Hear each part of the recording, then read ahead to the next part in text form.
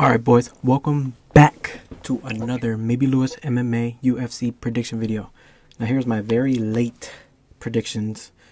This card, 4 a.m. it starts. It literally starts in what? Or like 5 hours from now. I'm recording this at 11:30 p.m. And I will be watching this card tomorrow. Boy, gonna get no sleep. But this is a really good card, boys. They stacked this one up for Perth. Really deep card, got a lot of stars, a lot of talent. So I'm going to go give my predictions, breakdowns for every fight. And yeah, let's get right into it, boys. First, starting off with a banger. Marwan versus Kody Steele. So Marwan, I'm pretty sure this is his debut. I think the last fight was like Road to UFC or something. He beat Kim. That was a really good fight, good performance by him. He got the UD.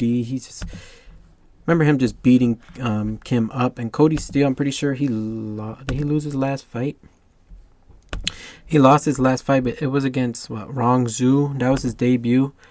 But he did pretty good in that fight. I'm pretty sure there was like a moment in that fight where he was like yelling and going crazy. But I still think Kody Steele could be really good in lightweight. I think he has the striking for it. He has good grappling as well. Marwan is a warrior too. I think I'm going to take Kody Steele in this one. By unanimous decision, boys. Now, Johnathan Micallef versus Themba Gorimbo. They're out there sacrificing Themba Gorimbo. Micallef, I think he's a really good prospect. He's a good striker. He has good submissions, as we've seen the last time he beat Oban Elliot. But I think he dropped him first, or it was a takedown or something. But he's really good, 9-1. Whereas Themba Gorimbo is trash, boys. He's garbage, not gonna lie. I feel like they try to push him after like that Rock stuff came out, but I don't think he's good, boys. Yeah, give me Johnathan Micallef in this one. I'd say either submission or decision. But yeah, give me Johnathan Micallef, boys. Now, next up, give me Ben Johnston versus Wes Schultz. Now, Wes Schultz, last time out, looked like he never fought a day in his life versus Damian Pinas. Given Pinas is a really good prospect at middleweight, but Wes Schultz looked like he had nothing in that one. No striking. He couldn't get his grappling going, which is his strong suit.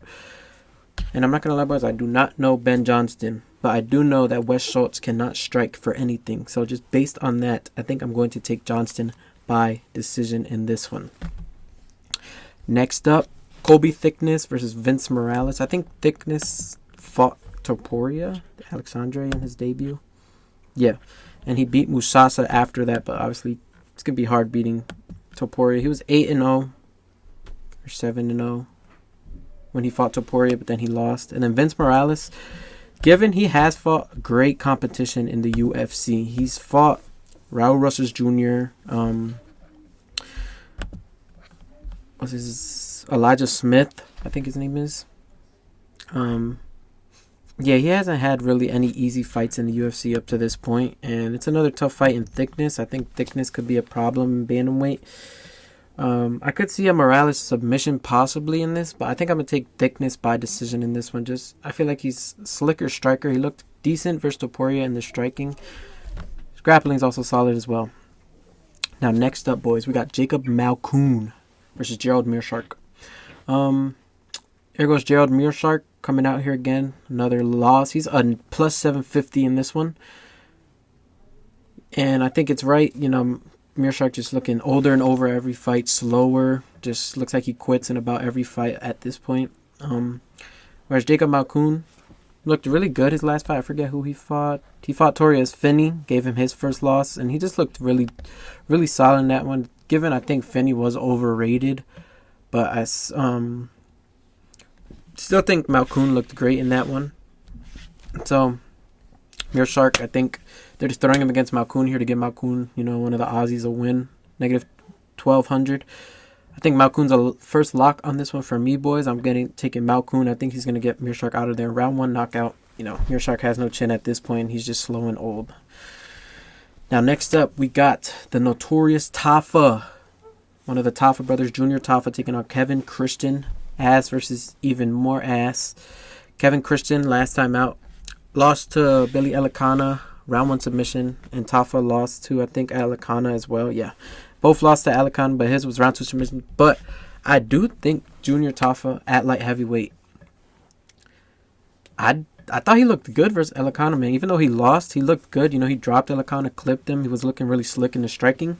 And I think that would go great for him versus Kevin Christian, who's going to look to grapple in this one because I don't think he could strike with Tafa. But he is really tall. But I'm still going to take Junior Tafa in this one. I know, picking a Tafa brother in 2026. But Kevin Christian, given, I think is garbage. So give me Junior Tafa, boys. Round 1, knockout. Now for the last fight on the prelims, we got Cam Rowston versus Robert Bryczek. So Rowston, last time I think he beat Brundage, and before that, forget who he beat, but it was a back-to-back knockout streak. Where Bryczek is a power puncher, boys. He does have the pop in his hands to take someone's head off.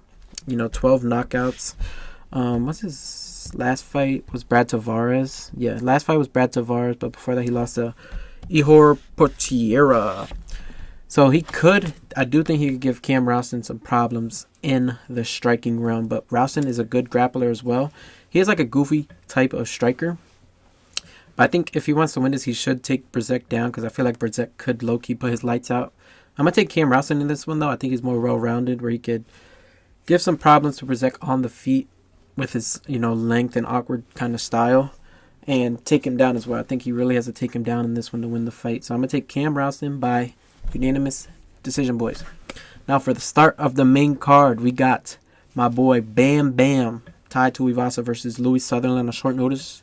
This was supposed to be like Sharaf or something. I forget the guy's name. The guy who lost to Stephen Asplund. But I genuinely think this is like a layup. Bro, if Tuivasa does not beat Louie Sutherland, it's over. He should retire. This is a layup for him. Literally. Given Louie Sutherland, I think could potentially grapple in this one, but even though he lost his last fight, I thought Tuivasa looked good, and if he didn't gas, obviously heavyweight, they all gas, but if he didn't gas, he would have had Teixeira out of there. But given that, I think we're getting a shoey, boys. I'm taking Tuivasa to knock out Louie Sutherland in round 1. This is really a layup for Ty. They're just trying to give him a win at this point. And if he doesn't win this, it's over for him. Now, next fight, boys. We got Shamil Gaziev versus Brando Pericic. Now, Pericic is what? 2-0 in the UFC. 2 first-round knockouts. Whereas Gaziev has just lost his last fight to Waldo. That round 1 knockout. I think Gaziev is all right. I think Pericic is going to be a great fighter at heavyweight. He has good kickboxing style. I think he's from City Kickboxing, if I'm not mistaken. But Gaziev, obviously, he has power in that right hand. I think Pericic could give him problems with like an ambush type of style where he does to most of the opponents he's fought so far. I'm going to take Brando Pericic as well by a round 1 knockout. I don't think the Blob got this one, boys. I think Pericic gave him problems with that speed and his power. Obviously, given Gaziev has power as well, but I just think the speed really is going to be too much for him with Pericic. Now, next up, my boy Marwan Rahiki got to stay on the card. His opponent had pulled out. Jack Jenkins pulled out recently. They got him, this guy, Ollie Schmid. Yeah, Rahiki's a lock. Round 1 knockout. Ollie Schmid's going out there. And it's getting sacrificed on short notice, boys. Rahiki, think it's going to be a problem at featherweight. He does have pretty bad defense, but, his pop and his striking makes up for it. So, give me Rahiki. I think he's a lock. Round 1 knockout as well, boys. 3 first-round knockouts to start the main card. Let's go. It's going to wake us up in the morning. Now, really good fight at flyweight. We got Tim Elliott versus Steve Erceg. So, Tim Elliott, last time out, subbed Kaya Sakura, and Erceg, he beat Ode Osborne. Didn't look that great in that fight, but I also think this is a pretty easy win for Steve Erceg. He has great counter grappling. Stood up with, what's his name? Stood up with Pantoja in that fight. People say he beat Pantoja in that one. Really close fight. Could have gone either way, I thought. But Tim Elliott obviously needs the grappling in this one. Erceg has lost his last few fights to like top contenders in the division with good striking and power punching, like someone like a Moreno or like a Kaya Sakura he's losing to. I don't see him losing to someone like Tim Elliott, whose strength is obviously the grappling. He has alright striking, but Erceg's is way better. He's more technical. I think I'm going to take Erceg by decision. Elliot's going to have to get that grappling going. Steve Erceg's a great counter grappler. He's great at stuffing takedowns, and he's not going to be able to take Erceg's striking on the feet. Potentially see a late TKO by Erceg, but I'm going to just take him by decision in this one. Now, we got, for the co-main event, boys, Beneil Dariush versus Quillen Salkeld. Now, obviously, Dariush got slept like in 10 seconds last time out by BSD, whereas Salkeld has been looking great since coming to the UFC. You know, first fight, like 10-second knockout versus Ansho Jubli. After that, looked great versus what's his name? I forget, Ashmul or something. Looked great in that one, you know, showed his grappling against a very dangerous power puncher, and then obviously that head kick KO versus Nasrat has Prates. He's just going up and up his skills. He's looking like a great, well-rounded striker. Whereas Beneil Dariush, oh man, I would pick Beneil Dariush in this one if it wasn't for the fact that he literally gets knocked out by getting touched on the chin to anything. And Quillen Salkeld has a lot of pop in his hands. You know, he has great kicks. I think Salkeld's a lock on this one as well. I got Salkeld round 1 finish over Beneil Dariush. I think Beneil could probably give him problems in the grappling, but I don't think it's going to get there. I think Salkeld could get him out of there quickly. He's a better striker. Beneil, obviously, good grappler, but I just think he's too old at this point, too worn down. And once Salkeld finds that chin, Beneil's going to go out, boys. Now for the main event of the evening, boys. An absolute fucking banger, bro. Jack Della Maddalena versus Carlos Prates. Bro, this has to be literally like one of the greatest fights of all time. Low-key. Hear me out. Jack Della Maddalena obviously just lost to Islam Makhachev, but before that was beat Bilal in a great fight. Beat Gilbert Burns in that comeback win. Before that, I think he beat Kevin Holland, split decision. And Prates obviously knocked out Neon Edwards. Lost to Ian Gary, but knocked out Jeff Neal as well. Both of these guys are going to be problems at welterweight for a long time. So I think for Jack Della to win this fight, he's going to have to really get in Prates' face and get that dirty boxing going. Whereas Prates, obviously, he's going to have to stay at range, take out Jack Della's lead leg, and just pick him apart really till he finds that shot. This is a tough one, boys. You know, I really like Jack Della. I really like Carlos Prates. Like two of my favorite fighters right now. I got a Jack Della shirt. I was backing him versus Islam. I went there live. You know, obviously it didn't go his way, but I still think he could be a problem at welterweight. But I think Carlos Prates is that guy at welterweight, man. I think he beats Jack Della. I think he beats Michael Morales. I think he beats Ian Gary in the rematch. I think Carlos Prates is that guy, boys. I could see the first few rounds, like 1 and 2 maybe, Jack Della having success.